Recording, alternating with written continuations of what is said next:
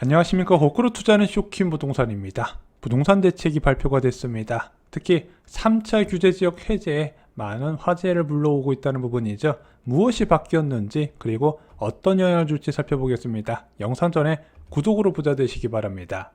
이번 정부의 부동산 대책은요, 두 개의 영상으로 나눠서 설명을 드리겠습니다. 오늘 영상은요, 규제지역 관련된 부분, 그래서 규제지역에 따른 제도 변화 총정리해 드리고요, 동탄이나 광교 등 상승 기대감이 높아지는 지역에 대해서 전망을 좀 해보겠습니다. 두 번째는 내일 오전에 저희가 올려드릴 영상인데, 이번에 종합부동산 대책에 연쇄 도산 위기가 커진 건설업계 구제 방안이 좀 포함되어 있고요. 또 하나 정말 중요한 이슈인데, 역전세난 대책도 이번에 좀 같이 나왔습니다. 저희가 내일 오전 영상에서 대책을 설명드리고 영향도 같이 말씀을 드리겠습니다. 자, 윤석열 정부의 3차 규제지역 해제가 나왔습니다. 아시다시피 서울 지역을 비롯한 수도권 지역의 아파트 급락세가 갈수록 커지고 있어요. 오늘 발표됐던 한국부동산원 주간 아파트 가격 동향에서는요, 이제 통계 집계 이후에 가장 큰 하락폭인 서울 지역 마이너스 0.38%를 기록하게 됐습니다. 자, 이러다 보니까 예상보다 훨씬 규제지역 해제가 강하게 나왔다는 부분이죠. 왜 강한 대책이 나왔을까요? 현재 무주택자는 대출금리가 높아서 못 사고요. 유주택자는 취득세 중과 때문에 못 사고 있어요. 그러다 보니까 사상 유례 없는 거래 멸종 상황이 이어지고 있다는 부분이죠. 그러면 이런 상황이 계속 이어지게 되잖아요. 금융 시스템을 위협하는 수준까지 부동산이 급락할 가능성이 있기 때문에 경착륙이 아닌 연착륙을 위한 시도다, 이렇게 보시면 될 것 같습니다. 자, 수요 곡감의 가장 큰 원인으로 지목받는 게 바로 이 취득세 중과 제도 부분이거든요. 근데 이것을 풀려면은 지방세법을 개정을 해야 돼요. 야당 협조가 어려운 건 둘째치고 일단 이런 문제가 생길 수가 있는 거예요. 개인이 너무 많은 주택을 구입할 수가 있다는 부분이죠. 그래서 이것에 대해서 제한을 할 필요가 있는데 지방세법 개정은 너무 광범위하게 바뀌는 부분이다. 그러면은 그 다음 방법이 무엇이 있을까? 바로 규제지역 해제가 있다는 부분이죠. 유주택자가 딱 한 채만 더 사는 것을 허용시키는 정책입니다. 국토부는요, 이것을 선택했어요. 자, 먼저 규제지역 완화 범위 살펴보겠습니다. 이 규제지역이 왜 중요하냐면요, 모든 부동산 규제는요, 국토부 주거정책심의위원회가 지정한 규제지역에만 적용이 돼요.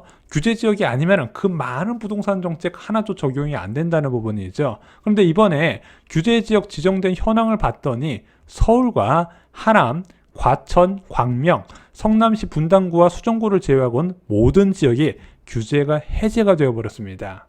예상보다 해제 강도가 세게 나왔어요. 자, 9월 21일 날 2차 규제지역 완화에도 불구하고 서울 수도권 지역은 대부분 규제지역으로 남아 있었거든요. 근데 이번에 3차 규제 완화 지역에서는요, 서울과 서울 인접 4개의 지역을 제외하고는 전부 다 풀어져 버렸어요. 특히 투기과열지구에서 한방의 비규제지역으로 전환된 곳도 많이 있다는 부분이죠. 그러면 규제가 유지되는 곳은 어떤 의미일까요? 원내는 국토부 장관의 과거반을 좀 살펴볼까요? 원내는 국토부 장관은요, 소득 대비 현재 집값이 너무 높다고 이야기를 했습니다. 그래서 하향 안정화가 상당 기간 지속돼야 되는 부분을 강조했거든요. 그럼 원내는 국토부 장관의 규제 지역을 풀고 지정하고의 문제는 어떤 식으로 정해진다? 과거 대비 얼마나 집값이 급등했느냐가 아니에요. 과거 대비 집값이 급등해도 소득 수준으로 살만한 집값이면 괜찮다고 보는 거죠. 그러면은 현 집값이 소득 대비 얼마나 비싼가만 보더라. 그래서 15억 초과 아파트, 고가 아파트 비중이 높은 것은요, 이번 규제 완화에서 제외된 곳이 많이 있다는 거죠. 야, 하남은 왜 있나요? 미사 지역의 집값이 15억 넘는데 없는데 위례 있잖아요. 자, 위례 수정구 왜 지정됐나요? 포레스티아 10억도 깨질 것 같은데 위례가 있잖아요. 그래서 이런 기준으로 남아있는 것으로 보여집니다. 자, 비규제 지역이 받는 혜택, 먼저 대출 부분부터 살펴보겠습니다. 주택담보대출을 더 많이 해줘요. LTV 50%가 일괄 적용되는 것으로 바뀌었잖아요. 비규제 지역은 70%나 해주게 됩니다. 또한 1억 초과 신용대출 보유자가 1년 내에 규제지역 주택 매수가 제한됐는데 비규제 지역으로 지정되면 이 규제도 적용받지 않아요.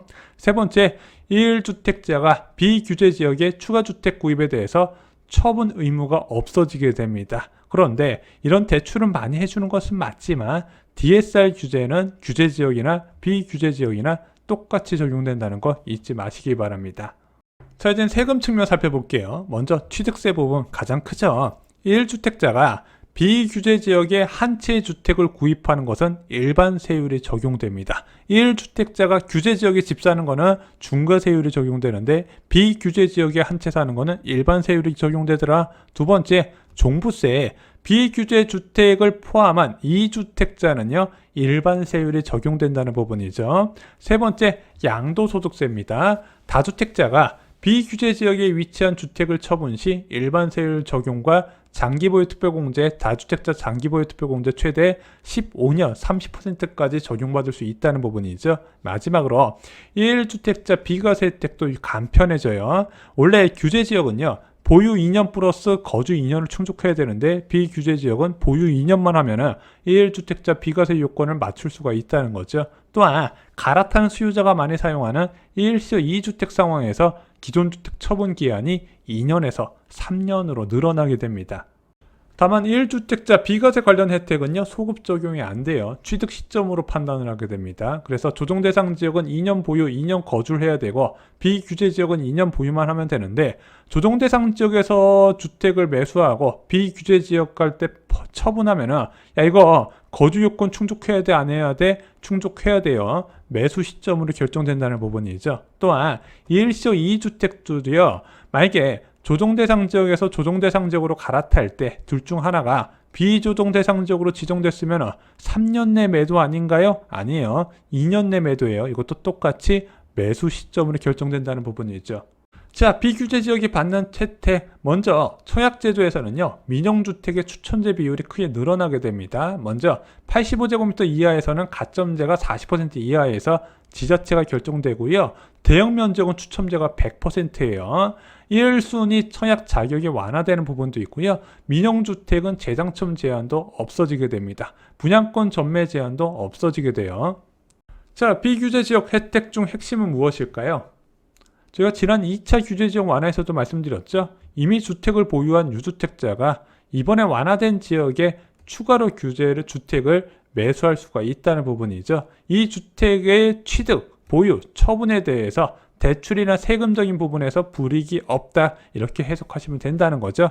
여유 있는 1주택자가 집을 한 채 더 사도 된다 이렇게 국가에서 허용한 것이다 보시면 될 것 같습니다. 당연히 수요 증가 요인이에요. 자, 이렇게 주장하시는 분들 많이 있었죠. 이번에 집값 하락세가 큰 이유는 취득세 중과 때문에 갭 투자자가 시가 많은 거야. 돈이라는 거는 유주택자가 더 많은데 유주택자가 집을 못 사는데 그것을 풀어주면은 아마 난리가 날걸. 그래서 그동안 하락세가 컸던 동탄이나 광교 지역에서는 거의 뭐 축제 분위기라고 하네요.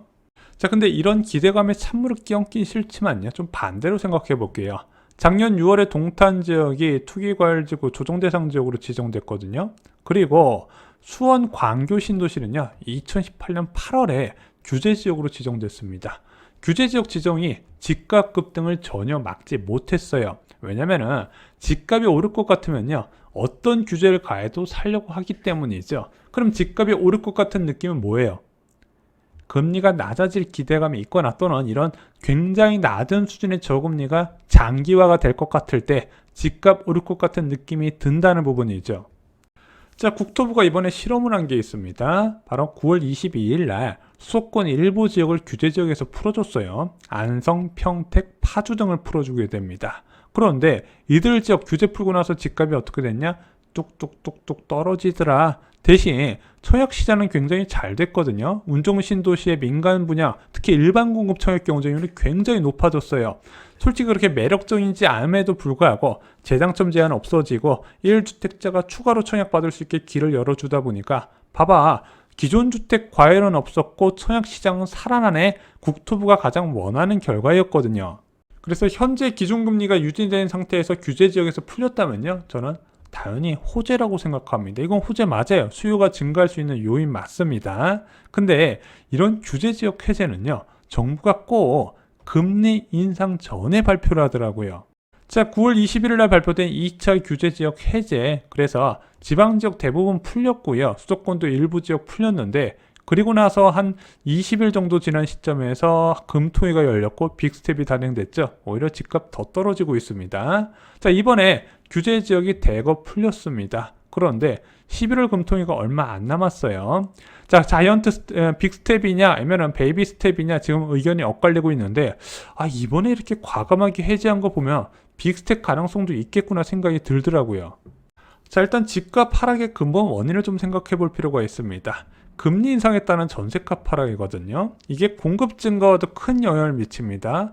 갭 투자자들의 투매와 연결된다는 부분이죠. 반면에 수요는 제한돼요. 금리가 올라가기 때문에 대출 금리가 올라가서 실수요자 접근이 안 됩니다. 한도 문제가 아니에요. 금리 문제예요. 게다가 갭 투자자 입장에서도요, 전세 가격이 불안할 때 접근을 안 한다 말씀을 드렸어요. 그래서 언제나 이런 역전세난에서는 수요 급감 공급 증가가 이루어진다는 부분이죠. 근데 정부에서 이와 관련된 대책을 발표했습니다. 저희가 내일 좀 자세히 다뤄보겠습니다. 쇼킹 부동산은요, 2023년부터 2024년 초 내 집 마련 기회가 온다고 말씀을 드렸습니다. 전월세가 만기되는 실수요자 목적의 내 집 마련을 권해드립니다.